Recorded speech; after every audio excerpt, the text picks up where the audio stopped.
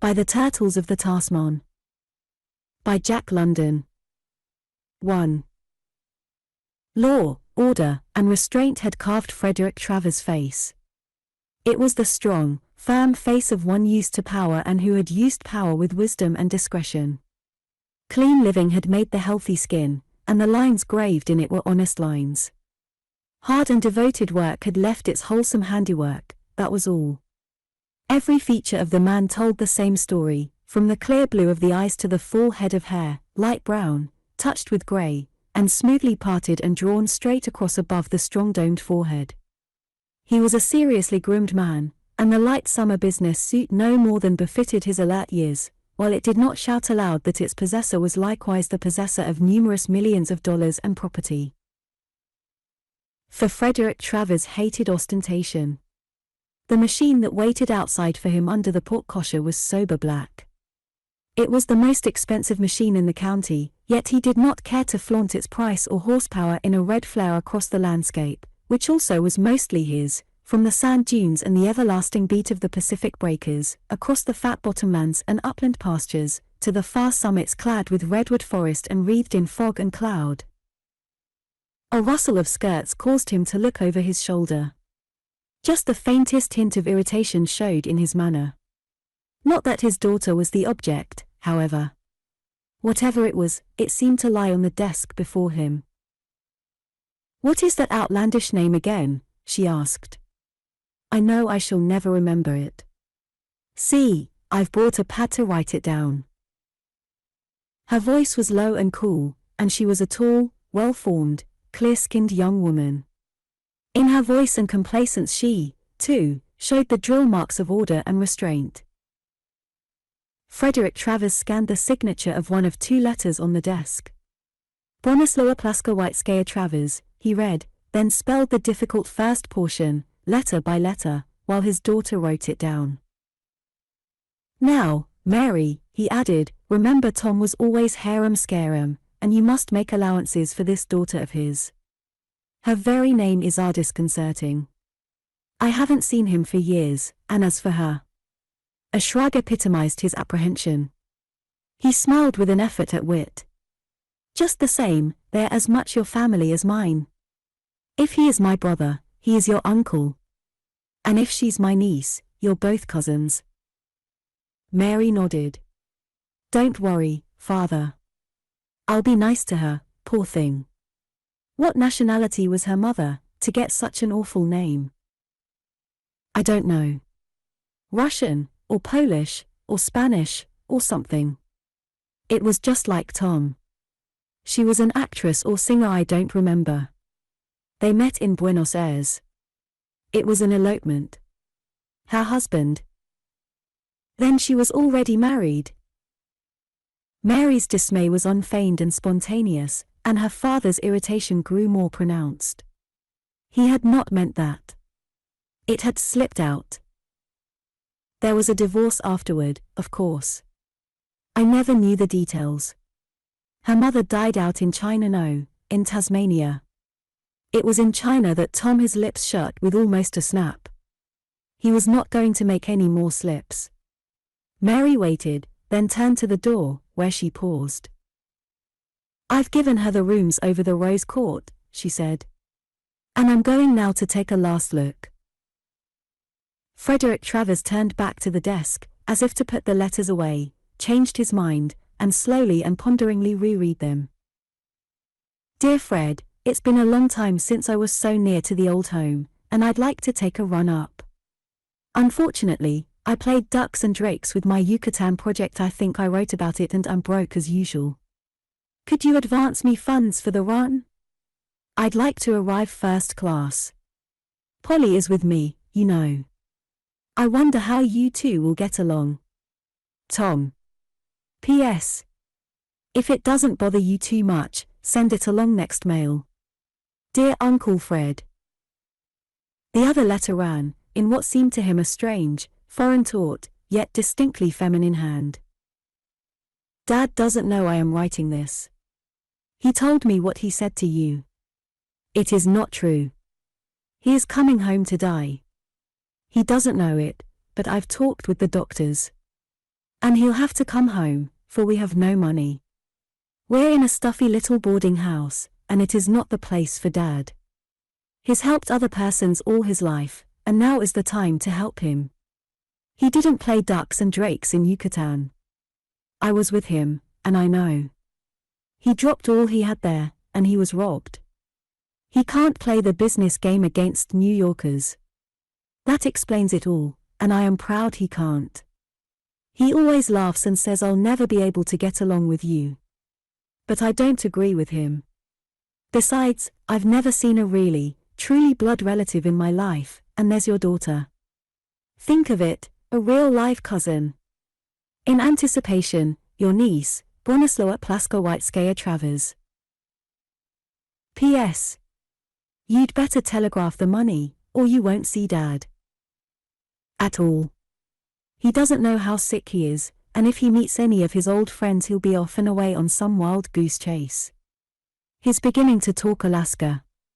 Says it will get the fever out of his bones.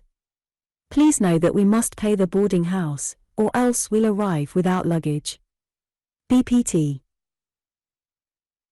Frederick Travers opened the door of a large, built-in safe and methodically put the letters away in a compartment labeled Thomas Travers. Poor Tom. Poor Tom, he sighed aloud. 2. The big motorcar waited at the station, and Frederick Travers thrilled as he always thrilled to the distant locomotive whistle of the train plunging down the valley of Isaac Travers River. First of all westering white men, had Isaac Travers gazed on that splendid valley, its salmon-laden waters, its rich bottoms, and its virgin forest slopes. Having seen, he had grasped and never let go. Land poor, they had called him in the mid-settler period. But that had been in the days when the plazas petered out, when there were no wagon roads nor tugs to draw in sailing vessels across the perilous bar, and when his lonely grist mill had been run under armed guards to keep the marauding Klamaths off while wheat was ground. Like father, like son, and what Isaac Travers had grasped, Frederick Travers had held. It had been the same tenacity of hold. Both had been far-visioned. Both had foreseen the transformation of the utter West, the coming of the railroad, and the building of the new empire on the Pacific shore. Frederick Travers thrilled, too, at the locomotive whistle, because, more than any man's, it was his railroad. His father had died still striving to bring the railroad in across the mountains that averaged $100,000 to the mile. He, Frederick, had brought it in. He had sat up nights over that railroad, bought newspapers, entered politics, and subsidized party machines, and he had made pilgrimages, more than once, at his own expense, to the railroad chiefs of the East. While all the county knew how many miles of his land were crossed by the right-of-way, none of the county guessed nor dreamed the number of his dollars which had gone into guarantees and railroad bonds. He had done much for his county, and the railroad was his last and greatest achievement, the capstone of the Travers effort, the momentous and marvelous thing that had been brought about just yesterday. It had been running 2 years, and, highest proof of all of his judgment, dividends were in sight. And farther-reaching reward was in sight. It was written in the books that the next governor of California was to be spelled Frederick A. Travers. 20 years had passed since he had seen his elder brother, and then it had been after a gap of 10 years. He remembered that night well. Tom was the only man who dared run the bar in the dark, and that last time, between nightfall and the dawn, with a southeaster breezing up, he had sailed his schooner in and out again. There had been no warning of his coming, a clatter of hoofs at midnight, a lathered horse in the stable, and Tom had appeared, the salt of the sea on his face as his mother attested. An hour only he remained, and on a fresh horse was gone, while rain squalls rattled upon the windows and the rising wind moaned through the redwoods, the memory of his visitor whiff, sharp and strong, from the wild outer world. A week later, sea-hammered and bar-bound for that time, had arrived the revenue cutter Bear, and there had been a column of conjecture in the local paper, hints of a heavy landing of opium and of a vain quest for the mysterious schooner Halcyon. Only Fred and his mother, and the several house Indians, knew of the stiffened horse in the barn and of the devious way it was afterwards smuggled back to the fishing village on the beach. Despite those 20 years, it was the same old Tom Travers that alighted from the Pullman. To his brother's eyes, he did not look sick.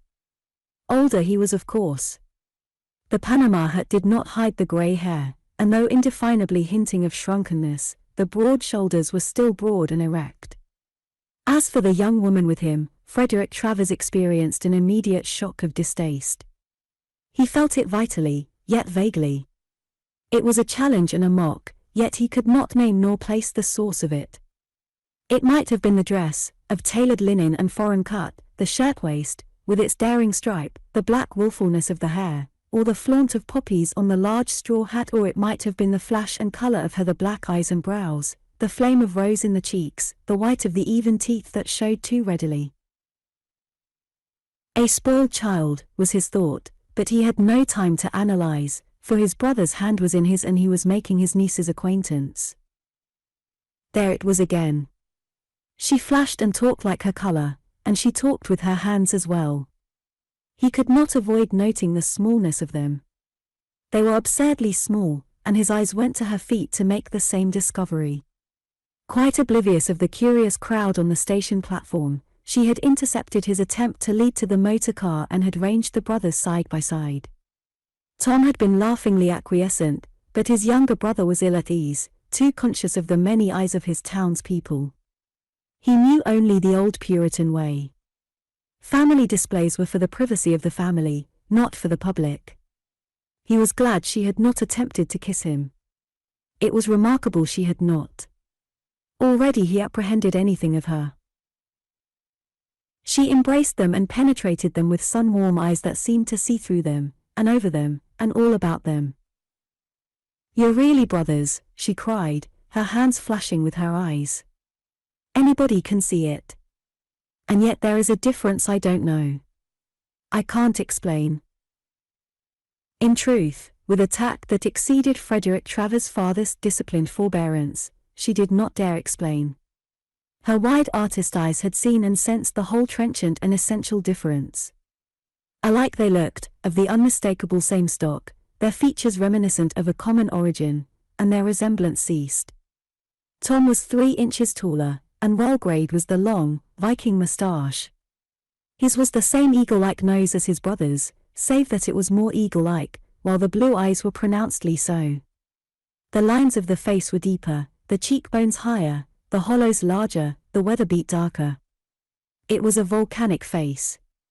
There had been fire there, and the fire still lingered.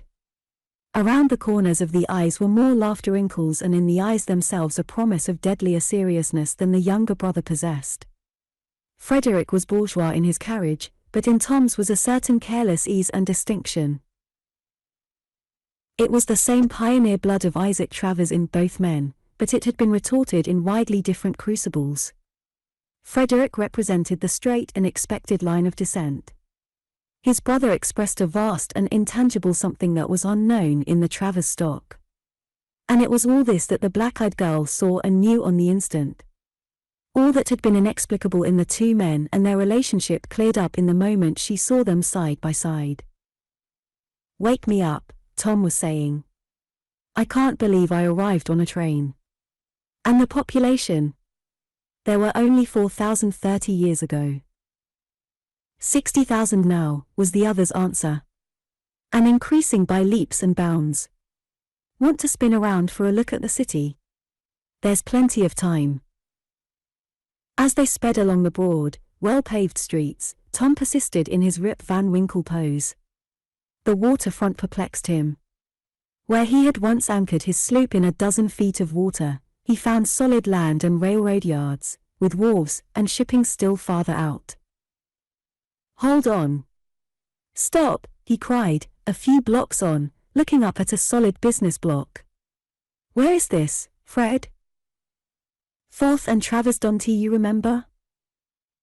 Tom stood up and gazed around, trying to discern the anciently familiar configuration of the land under its clutter of buildings. I think," he began hesitantly. "No, by George, I'm sure of it. We used to hunt cottontails over that ground, and shoot blackbirds in the brush. And there, where the bank building is, was a pond. He turned to Polly. I built my first raft there, and got my first taste of the sea. Heaven knows how many gallons of it, Frederick laughed, nodding to the chauffeur. They rolled you on a barrel, I remember. Oh. More! Polly cried, clapping her hands. There's the park, Frederick pointed out a little later, indicating a mass of virgin redwoods on the first dip of the bigger hills. Father shot 3 grizzlies there one afternoon, was Tom's remark. I presented 40 acres of it to the city, Frederick went on. Father bought the quarter section for $1 an acre from Leroy. Tom nodded, and the sparkle and flash in his eyes, like that of his daughter, were unlike anything that ever appeared in his brother's eyes. Yes, he affirmed, Leroy, the Negro squawman. I remember the time he carried you and me on his back to Alliance, the night the Indians burned the ranch. Father stayed behind and fought. But he couldn't save the grist mill. It was a serious setback to him. Just the same, he nailed 4 Indians. In Polly's eyes now appeared the flash and sparkle. An Indian fighter, she cried. Tell me about him. Tell her about Travers Ferry, Tom said. That's a ferry on the Klamath River on the way to Orleans Bar and Siskiyou. There was great packing into the diggings in those days, and, among other things, Father had made a location there. There was rich bench farming land, too. He built a suspension bridge, wove the cables on the spot with sailors and materials freighted in from the coast. It cost him $20,000. The first day it was open, 800 mules crossed at $1 a head, to say nothing of the toll for foot and horse. That night the river rose. The bridge was 140 feet above low water mark. Yet the freshet rose higher than that, and swept the bridge away. He'd have made a fortune there otherwise. That wasn't it at all, Tom blurted out impatiently. It was at Travers Ferry that Father and old Jacob Vance were caught by a war party of Mad River Indians. Old Jacob was killed right outside the door of the log cabin. Father dragged the body inside and stood the Indians off for a week. Father was some shot. He buried Jacob under the cabin floor. I still run the ferry, Frederick went on, though there isn't so much travel as in the old days. I freight by wagon road to the reservation, and then mule back on up the Klamath and clear into the forks of Little Salmon. I have 12 stores on that chain now, a stage line to the reservation, and a hotel there. Quite a tourist trade is beginning to pick up. And the girl, with curious brooding eyes, looked from brother to brother as they so differently voiced themselves and life. He was some man, Father was, Tom murmured.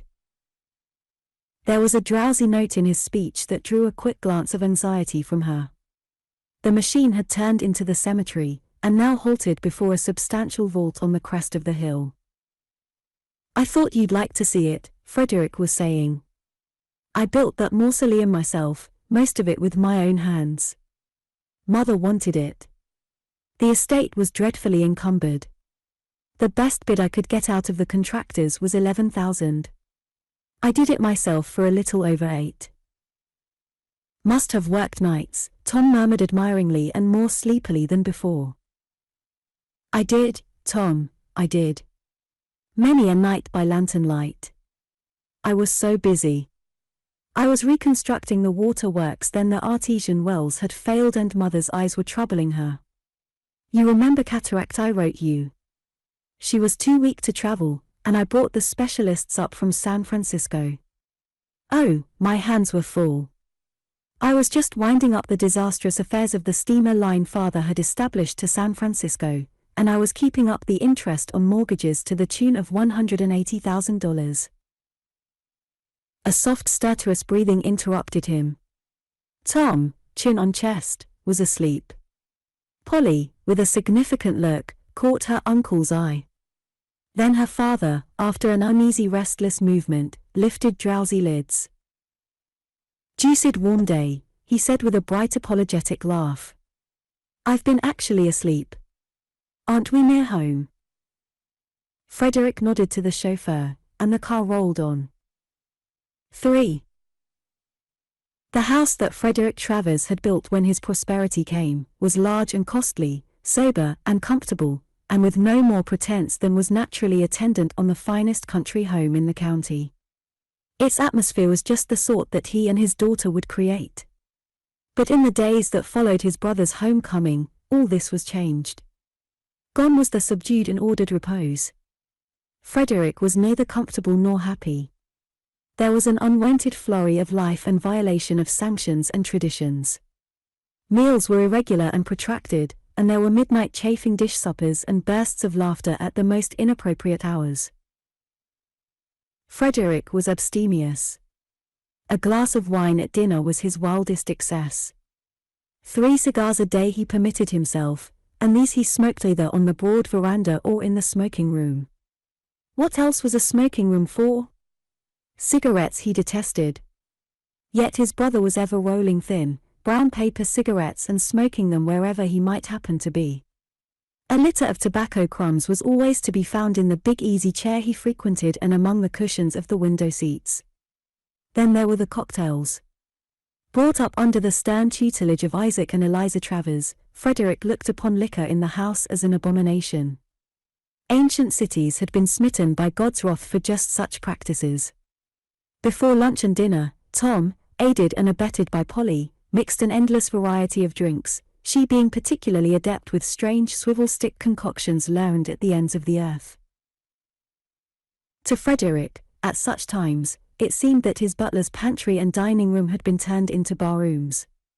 When he suggested this, under a facetious show, Tom proclaimed that when he made his pile he would build a liquor cabinet in every living room of his house.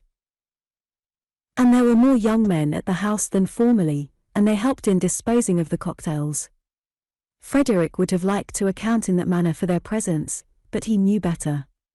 His brother and his brother's daughter did what he and Mary had failed to do. They were the magnets. Youth and joy and laughter drew to them.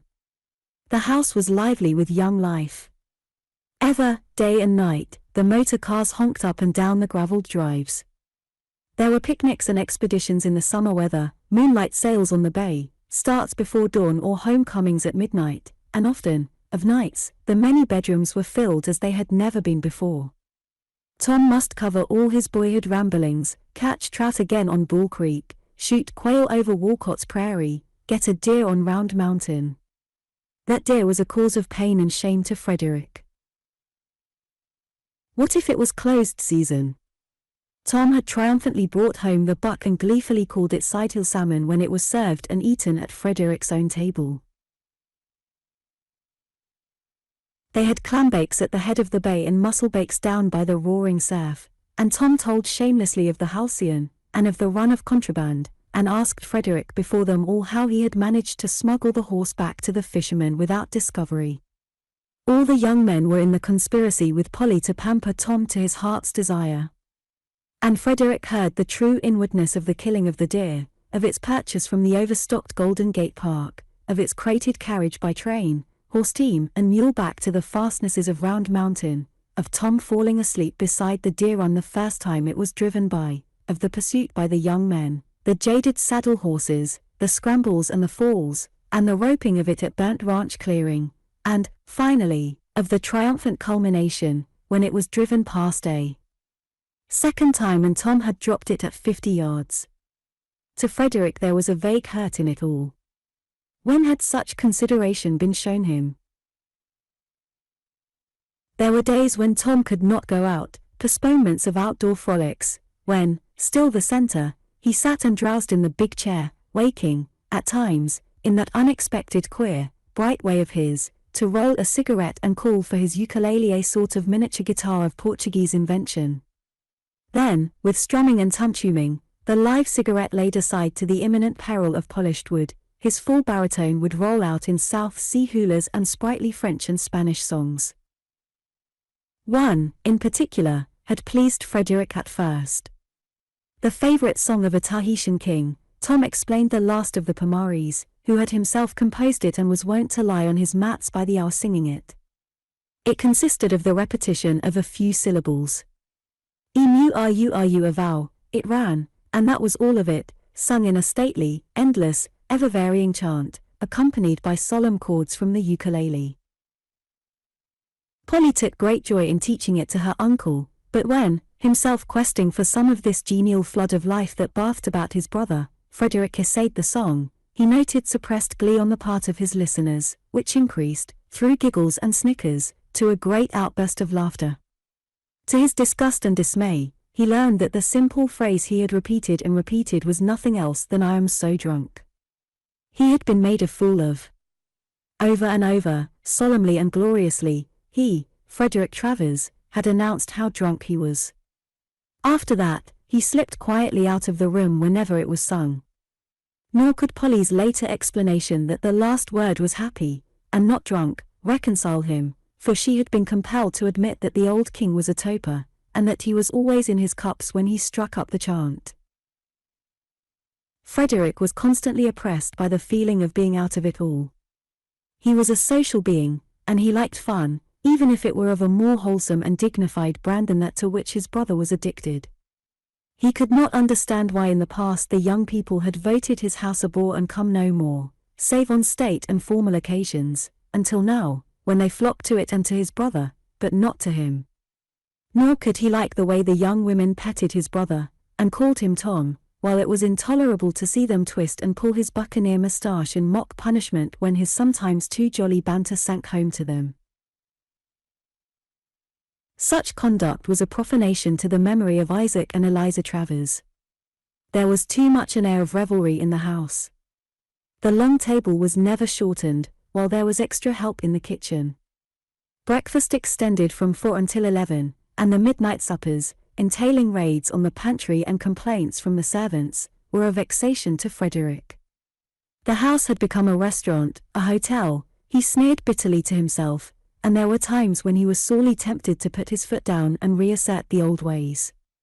But somehow the ancient sorcery of his masterful brother was too strong upon him, and at times he gazed upon him with a sense almost of awe, groping to fathom the alchemy of charm, baffled by the strange lights and fires in his brother's eyes, and by the wisdom of far places and of wild nights and days written in his face.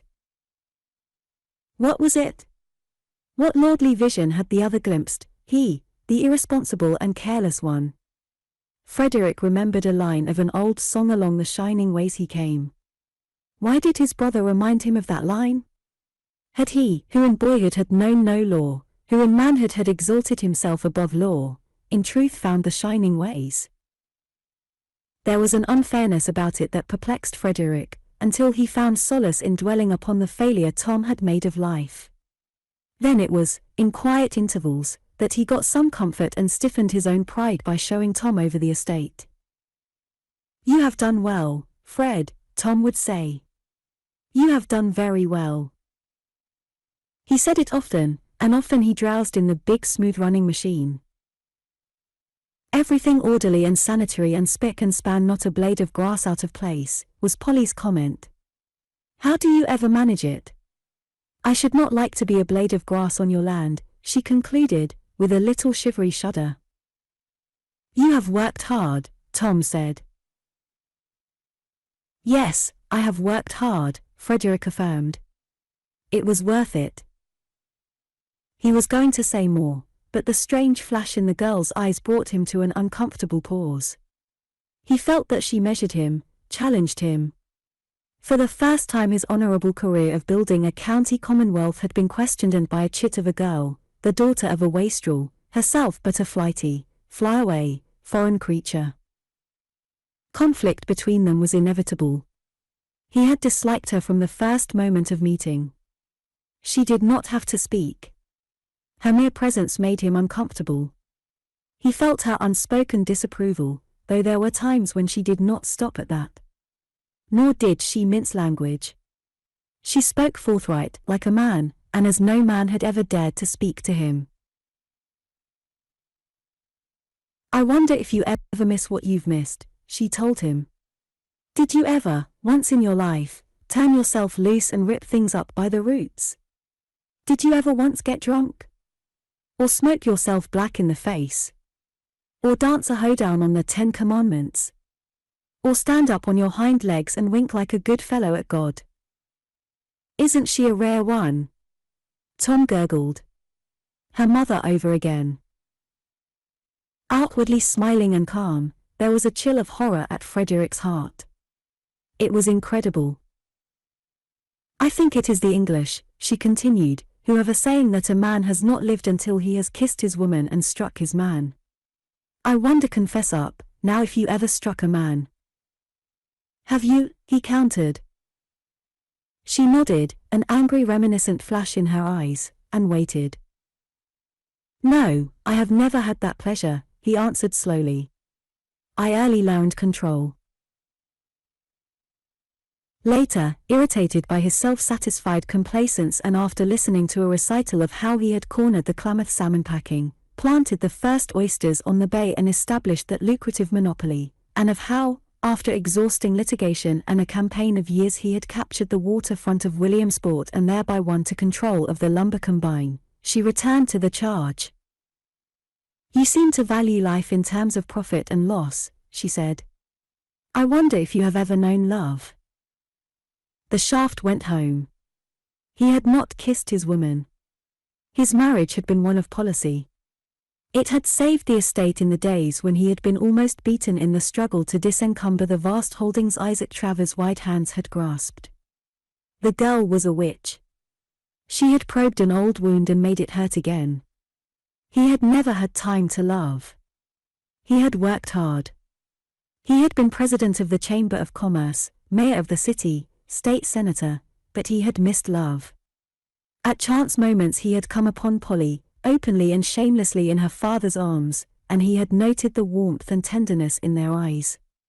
Again he knew that he had missed love. Wanton as was the display, not even in private did he and Mary so behave. Normal, formal, and colorless, she was what was to be expected of a loveless marriage. He even puzzled to decide whether the feeling he felt for her was love. Was he himself loveless as well? In the moment following Polly's remark, he was aware of a great emptiness. It seemed that his hands had grasped ashes, until, glancing into the other room, he saw Tom asleep in the big chair, very grey and aged and tired. He remembered all that he had done, all that he possessed.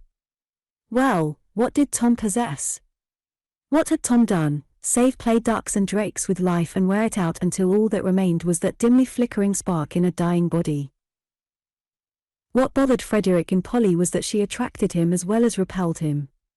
His own daughter had never interested him in that way. Mary moved along frictionless grooves, and to forecast her actions was so effortless that it was automatic. But Polly, many-hued, pretty and natured, he never knew what she was going to do next. Keeps you guessing, eh? Tom chuckled. She was irresistible. She had her way with Frederick in ways that in Mary would have been impossible. She took liberties with him, cozened him or hurt him, and compelled always in him a sharp awareness of her existence.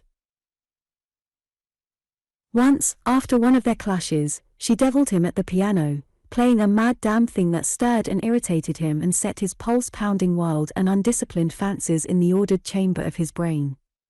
The worst of it was she saw and knew just what she was doing.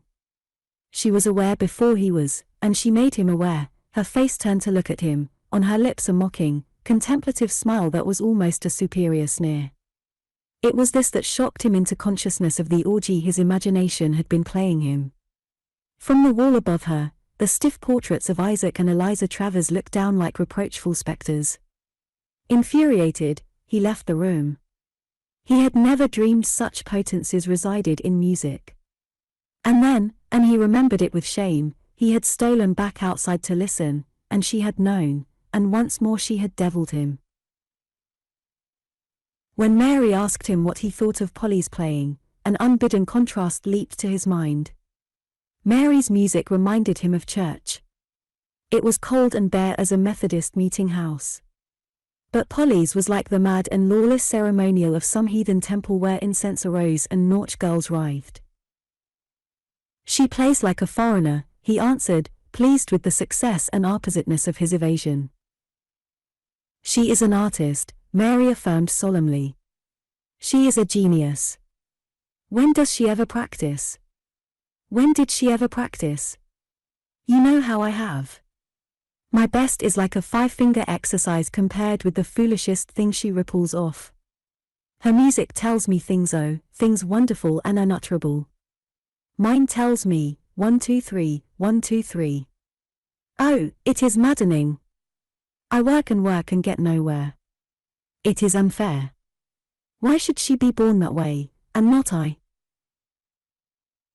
Love, was Frederick's immediate and secret thought, but before he could dwell upon the conclusion, the unprecedented had happened and Mary was sobbing in a breakdown of tears. He would have liked to take her in his arms, after Tom's fashion, but he did not know how. He tried, and found Mary as unschooled as himself. It resulted only in an embarrassed awkwardness for both of them. The contrasting of the two girls was inevitable. Like father, like daughter. Mary was no more than a pale camp follower of a gorgeous, conquering general. Frederick's thrift had been sorely educated in the matter of clothes. He knew just how expensive Mary's clothes were, yet he could not blind himself to the fact that Polly's vagabond makeshifts, cheap and apparently haphazard, were always all right and far more successful. Her taste was unerring. Her ways with a shawl were inimitable. With a scarf she performed miracles. She just throws things together, Mary complained. She doesn't even try. She can dress in 15 minutes, and when she goes swimming she beats the boys out of the dressing rooms. Mary was honest and incredulous in her admiration. I can't see how she does it. No one could dare those colors, but they look just right on her. She's always threatened that when I became finally flat broke she'd set up dressmaking and take care of both of us, Tom contributed. Frederick, looking over the top of a newspaper, was witness to an illuminating scene. Mary, to his certain knowledge, had been primping for an hour ere she appeared. Oh! How lovely, was Polly's ready appreciation. Her eyes and face glowed with honest pleasure, and her hands wove their delight in the air. But why not wear that bow so and thus? Her hands flashed to the task, and in a moment the miracle of taste and difference achieved by her touch was apparent even to Frederick. Polly was like her father, generous to the point of absurdity with her meager possessions. Mary admired a Spanish fauna Mexican treasure that had come down from one of the grand ladies of the court of the Emperor Maximilian. Polly's delight flamed like wildfire. Mary found herself the immediate owner of the fan, almost laboring under the fictitious impression that she had conferred an obligation by accepting it. Only a foreign woman could do such things, and Polly was guilty of similar gifts to all the young women. It was her way. It might be a lace handkerchief, a pink palmetto pearl, or a comb of hawksbill turtle. It was all the same. Whatever their eyes rested on in joy was theirs. To women, as to men, she was irresistible. I don't dare admire anything any more, was Mary's plaint. If I do she always gives it to me. Frederick had never dreamed such a creature could exist. The women of his own race and place had never adumbrated such a possibility. He knew that whatever she did, her quick generosities, her hot enthusiasms or angers, her bird-like caressing ways, was unbelievably sincere. Her extravagant moods at the same time shocked and fascinated him. Her voice was as mercurial as her feelings. There were no even tones, and she talked with her hands. Yet, in her mouth, English was a new and beautiful language, softly limpid, with an audacity of phrase and tellingness of expression that conveyed subtleties and nuances as unambiguous and direct as they were unexpected from one of such childlikeness and simplicity. He woke up of nights and on his darkened eyelids saw bright memory pictures of the backward turn of her vivid, laughing face. 4. Like daughter, like father. Tom, too, had been irresistible. All the world still called to him, and strange men came from time to time with its messages. Never had there been such visitors to the Travers home. Some came with the reminiscent roll of the sea in their gait. Others were black-browed ruffians, still others were fever-burnt and sallow, and about all of them was something bizarre and outlandish. Their talk was likewise bizarre and outlandish, of things to Frederick unguessed and undreamed, though he recognized the men for what they were: soldiers of fortune, adventurers, freelancers of the world. But the big patent thing was the love and loyalty they bore their leader. They named him variously: Black Tom, Blondine, Husky Travers, Malamute Tom, Swiftwater Tom, but most of all he was Captain Tom. Their projects and propositions were equally various, from the South Sea trader with the discovery of a new Guiano island and the Latin American with a nascent revolution on his hands, on through Siberian gold chases and the prospecting of the placer benches of the Upper Kuskokwim, to darker things that were mentioned only in whispers. And Captain Tom regretted the temporary indisposition that prevented immediate departure with them, and continued to sit and drowse more and more in the big chair. It was Polly, with a camaraderie distasteful to her uncle, who got these men aside and broke the news that Captain Tom would never go out on the shining ways again. But not all of them came with projects. Many made love calls on their leader of old and unforgettable days, and Frederick sometimes was a witness to their meeting, and he marveled anew at the mysterious charm in his brother that drew all men to him. "By the turtles of Tasman," cried one, "when I heard you was in California, Captain Tom, I just had to come and shake hands. I reckon you ain't forgot Tasman, eh, nor the scrap at Thursday Island. Say old Tasman was killed by his niggers only last year up German New Guinea way. Remember his cookboy, Ngani? He was the ringleader. Tasman swore by him, but Ngani hatcheted him just the same." "Shake hands with Captain Coulson, Fred," was Tom's introduction of his brother to another visitor. "He pulled me out of a tight place on the west coast once. I'd have cashed in, Coulson, if you hadn't happened along." Captain Coulson was a giant hulk of a man, with gimlet eyes of palest blue, a slash-scarred mouth that a blazing red beard could not quite hide, and a grip in his hand that made Frederick squirm. A few minutes later, Tom had his brother aside. "Say, Fred, do you think it will bother to advance me 1,000? "Of course," Frederick answered splendidly. "You know half of that I have is yours, Tom." And when Captain Coulson departed, Frederick was morally certain that the $1,000 departed with him. Small wonder Tom had made a failure of life and come home to die. Frederick sat at his own orderly desk taking stock of the difference between him and his brother. Yes, and if it hadn't been for him, there would have been no home for Tom to die in.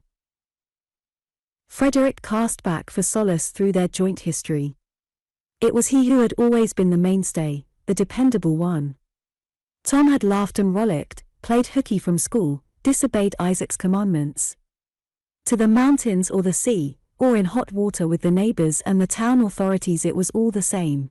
He was everywhere save where the dull plod of work obtained. And work was work in those backwards days, and he, Frederick, had done the work. Early and late in all days he had been at it. He remembered the season when Isaac's wide plans had taken one of their smashes, when food had been scarce on the table of a man who owned 100,000 acres, when there had been no money to hire harvesters for the hay, and when Isaac would not let go his grip on a single one of his acres. He, Frederick, had pitched the hay, while Isaac mowed and raked. Tom had lain in bed and run up a doctor bill with a broken leg, gained by falling off the ridgepole of the barn, which place was the last in the world to which anyone would expect to go to pitch hay.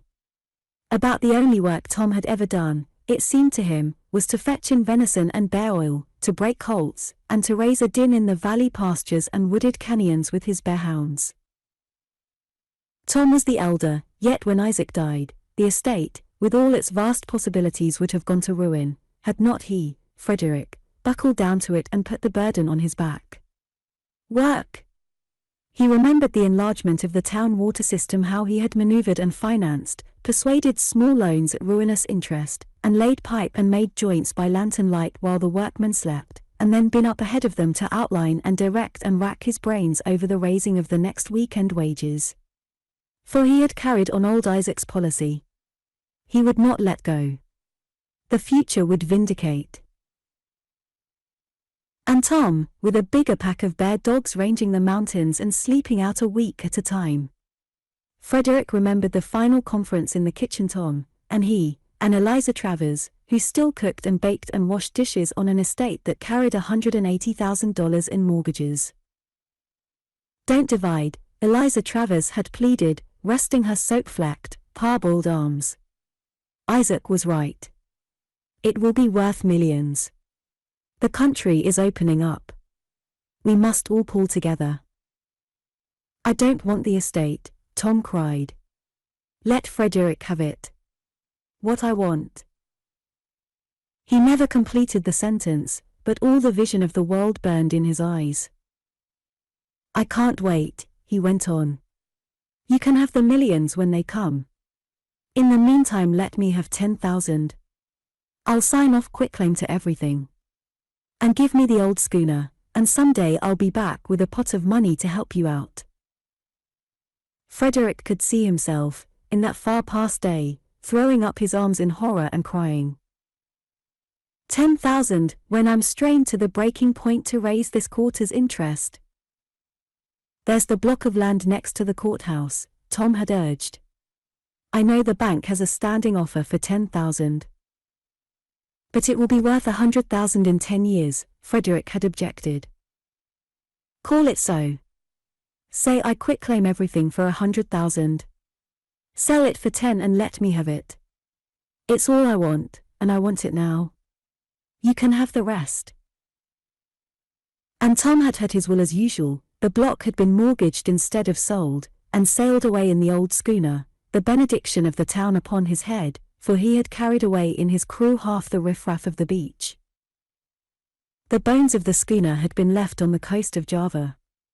That had been when Eliza Travers was being operated on for her eyes, and Frederick had kept it from her until indubitable proof came that Tom was still alive. Frederick went over to his files and drew out a drawer labeled Thomas Travers. In it were packets, methodically arranged. He went over the letters. They were from everywhere: China, Rangoon, Australia, South Africa, the Gold Coast, Patagonia, Armenia, Alaska. Briefly and infrequently written, they epitomized the wanderer's life. Frederick ran over in his mind a few of the glimpsed highlights of Tom's career. He had fought in some sort of foreign troubles in Armenia. He had been an officer in the Chinese army, and it was a certainty that the trade he later drove in the China seas was illicit. He had been caught running arms into Cuba. It seemed he had always been running something somewhere that it ought not to have been run. And he had never outgrown it. One letter, on crinkly tissue paper, showed that as late as the Japanese-Russian War he had been caught running coal into Port Arthur and been taken to the prize court at Sasebo, where his steamer was confiscated and he remained a prisoner until the end of the war. Frederick smiled as he read a paragraph. "How do you prosper? Let me know anytime a few thousands will help you." He looked at the date, April 18, 1883, and opened another packet.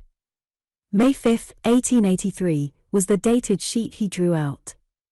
5,000 will put me on my feet again. If you can, and love me, send it along pronto. That's Spanish for rush. He glanced again at the two dates.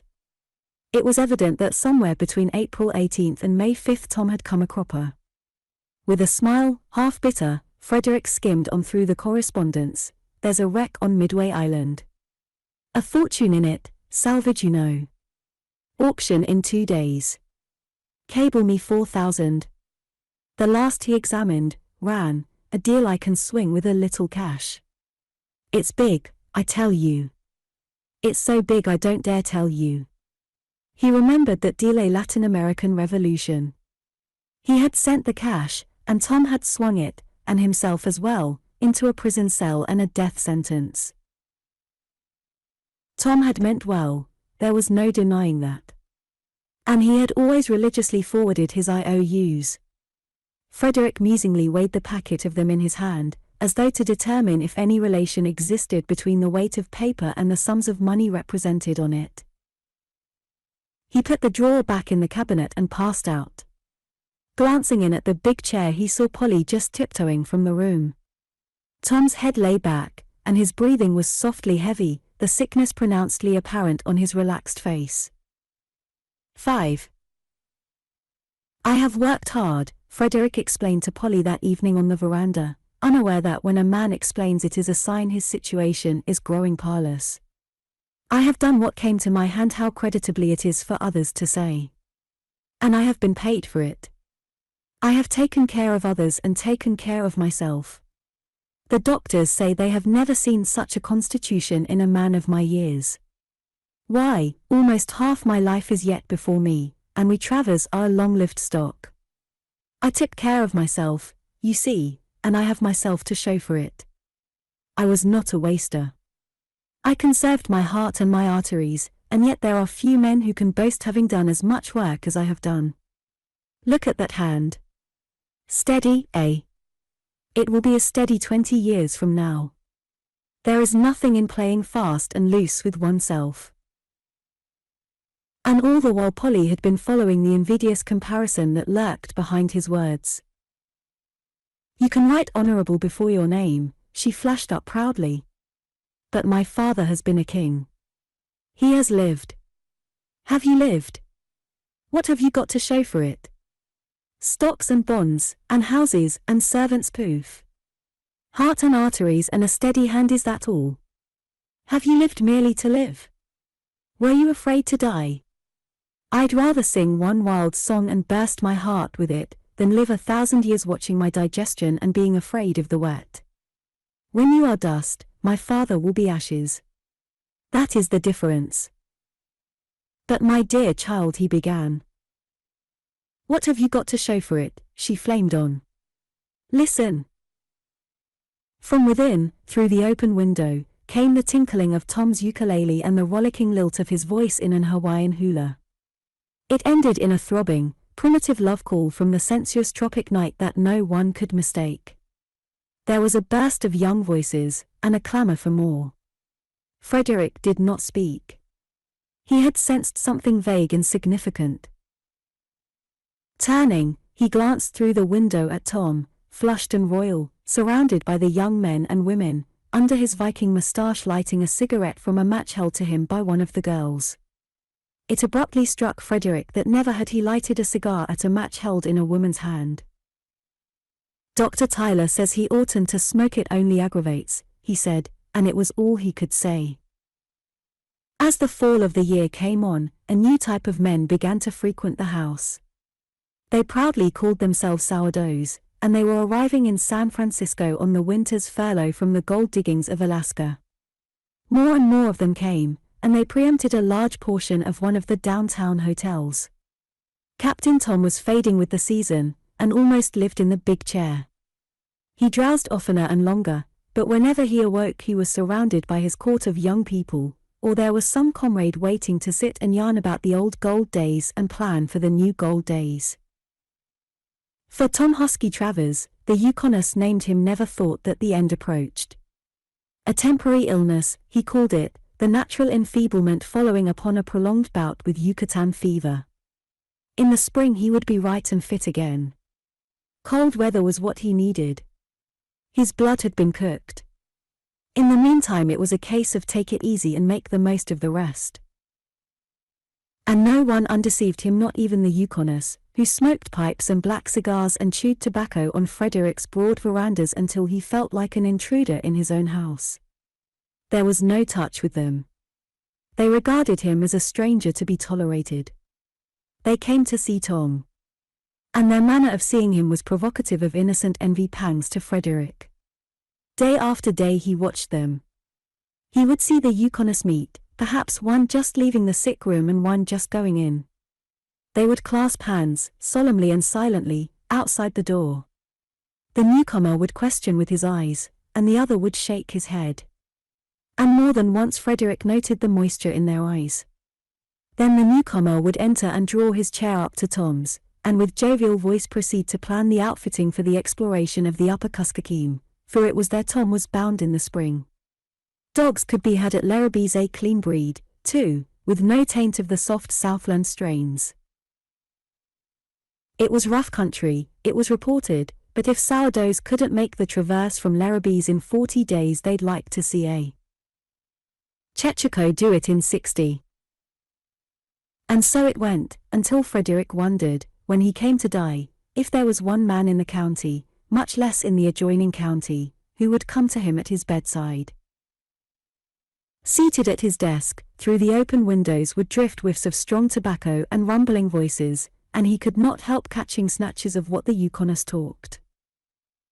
"Do ye recollect that Koyokuk rush in the early 90s, he would hear one say. Well, him and me was partners then, tradin' and such. We had a dinky little steamboat, the Blatterbat. He named her that, and it stuck. He was a caution. Well, sir, as I was saying, him and me loaded the little Blatterbat to the guards and started up the Koyokuk, me fearin' and engineerin' and him steerin', and both of us deckhanding. Once in a while we'd tie to the bank and cut firewood. It was the fall, and mush ice was coming down, and everything gettin' ready for the freeze up. You see, we was north of the Arctic Circle then and still heading north. But they was 200 miners in there nading grub if they wintered, and we had the grub. Well, sir, pretty soon they begun to pass us, drifting down the river in canoes and rafts. They was pullin' out. We kept track of them. When 194 had passed, we didn't see no reason for keeping on. So we turned tail and started down. A cold snap had come, and the water was falling fast, and damn me if we didn't ground on a bar upstream side. The Blatterbat hung up solid. Couldn't budge her. It's a shame to waste all that grub, says I, just as we was pullin' out in a canoe. Let's stay and eat it, says he. And damn me if we didn't. We wintered right there on the Blatterbat, huntin' and tradin' with the Indians, and when the river broke next year we brung down $8,000 worth of skins. Now a whole winter, just two of us, is goin' some. But never a cross word out of him. Best tempered partner I ever seen. But fight. Ha, came the other voice. I remember the winter Oily Jones allowed he'd clean out 40 Mile.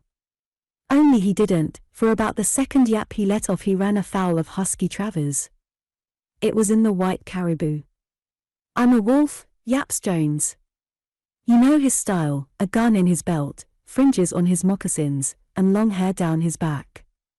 I'm a wolf, he yaps, and this is my night to howl. Hear me, you long lean makeshift of a human critter? And this to Husky Travers. Well, the other voice queried, after a pause. In about a second and a half Oily Jones was on the floor and Husky on top asking somebody kindly to pass him a butcher knife. What's he do but plumb hack off all of Oily Jones' long hair. Now howl, damn you, howl, says Husky, getting up. He was a cool one, for a wild one, the first voice took up. I seen him buck roulette in the Little Wolverine, drop 9,000 in 2 hours, borrow some more, win it back in 15 minutes, buy the drinks, and cash in dang me, all in 15 minutes. One evening Tom was unusually brightly awake, and Frederick, joining the rapt young circle, sat and listened to his brother Serio's comic narrative of the night of wreck on the island of Blang, of the swim through the sharks where half the crew was lost, of the great pearl which Desai brought ashore with him, of the head-decorated palisade that surrounded the grass palace wherein dwelt the Malay queen with her royal consort, a shipwrecked Chinese Eurasian, of the intrigue for the pearl of Desai, of mad feasts and dances in the barbaric night, and quick dangers and sudden deaths, of the queen's love-making to Desai, of Desai's love-making to the queen's daughter, and of Desai, every joint crushed, still alive, staked out on the reef at low tide to be eaten by the sharks, of the coming of the plague, of the beating of tom-toms and the exorcising of the devil doctors, of the flight over the man-trapped, wild pig runs of the mountain bushmen, and of the final rescue by Tasman, he who was hatcheted only last year and whose head reposed in some Melanesian stronghold and all breathing of the warmth and abandon and savagery of the burning islands of the sun. And despite himself, Frederick sat entranced, and when all the tale was told, he was aware of a queer emptiness. He remembered back to his boyhood, when he had pored over the illustrations in the old-fashioned geography. He, too, had dreamed of amazing adventure in far places and desired to go out on the shining ways. And he had planned to go, yet he had known only work and duty. Perhaps that was the difference. Perhaps that was the secret of the strange wisdom in his brother's eyes. For the moment, faint and far, vicariously, he glimpsed the lordly vision his brother had seen. He remembered a sharp saying of Polly's. "You have missed romance. You traded it for dividends." She was right, and yet, not fair. He had wanted romance, but the work had been placed ready to his hand. He had toiled and moiled, day and night, and been faithful to his trust. Yet he had missed love and the world living that was forever a whisper in his brother. And what had Tom done to deserve it, a wastrel and an idle singer of songs? His place was high. He was going to be the next governor of California. But what man would come to him and lie to him out of love? The thought of all his property seemed to put a dry and gritty taste in his mouth. Property. Now that he looked at it, $1,000 was like any other $1,000, and one day, of his days, was like any other day. He had never made the pictures in the geography come true.